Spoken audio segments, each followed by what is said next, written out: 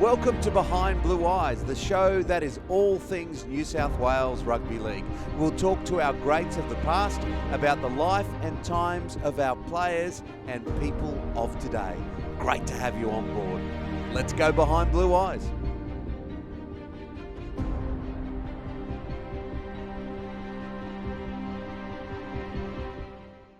It is time to go behind blue eyes, and what a treat today. My great mate, my old schoolmate, of course, True Blue himself, Paul Langmack. How are you?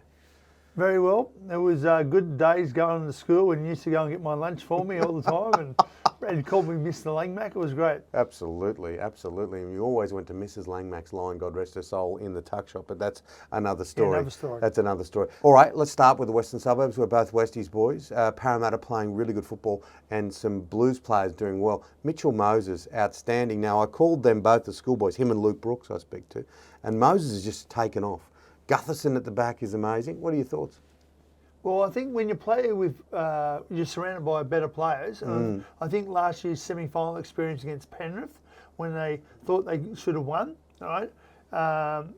During the off-season, you grow and you think, hey, I belong here now. We belong. We should win a grand final. And then Mitchell Moses playing in the Origin, you come back a better player. You know, you think, Tommy Turbo, he bleeds like me, he eats like me, I'm as good as him. Until you believe you belong, you don't exceed. And Origin does that to you. We have to go back to 1986, and of course you were in the opposition. John Money was coaching Parramatta. They'd won 81, 82, 83, but the long-suffering Parramatta fans haven't won a premiership since 86. I mean, they have the team to do it. They have the team to do it, don't they? At this stage they do, but look, it's a long season, injuries. Like what happens if Mitchell Moses gets injured, Gutho, they can do it. From last year, from playing against Penrith in that semi-final, I think it was a character builder for them. They knew how tough playing semi-finals is and how tough they have to play, and have come out like a better team this year from it. Yeah, they look like a good football team. I know there's a lot of movement at the end of this year, so this really is their season, Parramatta, so it'll be good to watch. Interesting to look at some of these options, because we're not far away from State of Origin time around that number 14 jersey. Ryan Pappenhausen looks like he's got an engine that other players don't in pace.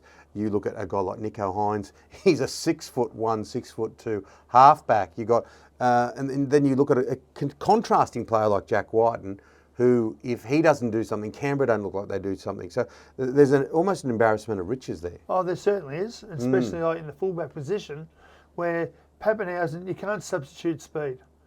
You know, you're born with it. He's fast. He has great anticipation. If you're a footballer, you can play anywhere, any position. And I think he could do it.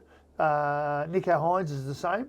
They're footballers, and footballers can adapt to whatever position they're thrown into to do it at the highest level. Yeah, and that's a nice message to young players who are in those teenage years who haven't developed as much. You need to develop as a footballer, and then you will grow into your body. Right. You're going to need to be a good footballer, and that was interesting when you look at your career as a boy. You're playing above your age, playing halfback a lot. Then you played a lot of lock, and lock is where you played over 300 first grade games, represented New South Wales and Australia. What about Isaiah Yeo? Who does he remind you of, apart from yourself? Oh, yeah, apart from myself. Yeah. Full man of the matches. I know. Look, he's changed the way lock forwards play.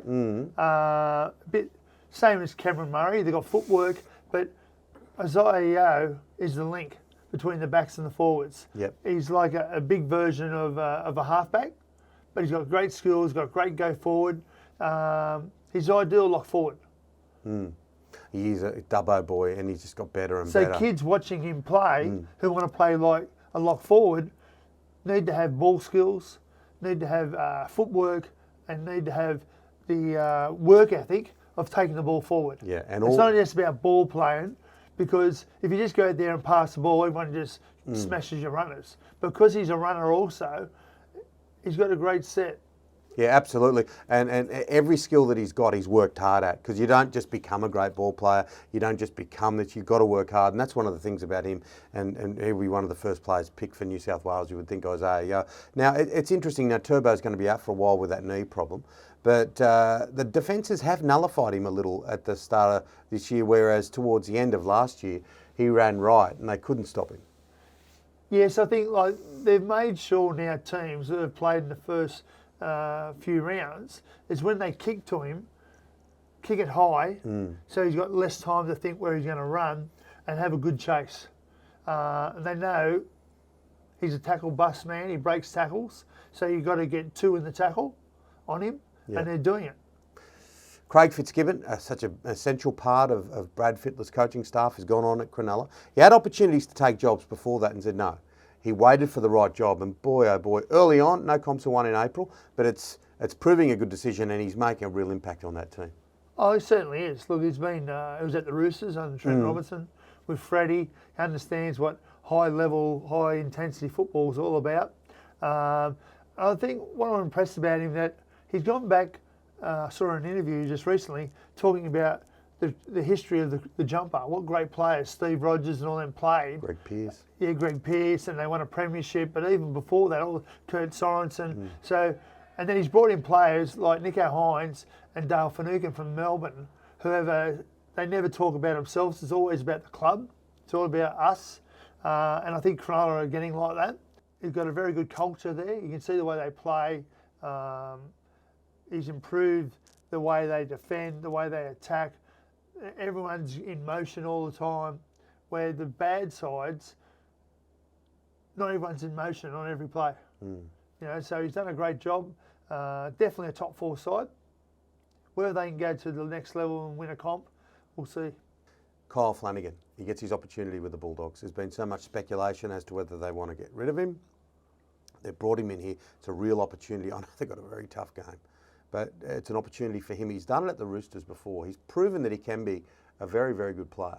Oh, for sure. Look, he did it at the Roosters at the highest level of high-intensity games, game on the line. I remember him kicking a winning goal from near the sideline for the Roosters. He can handle pressure.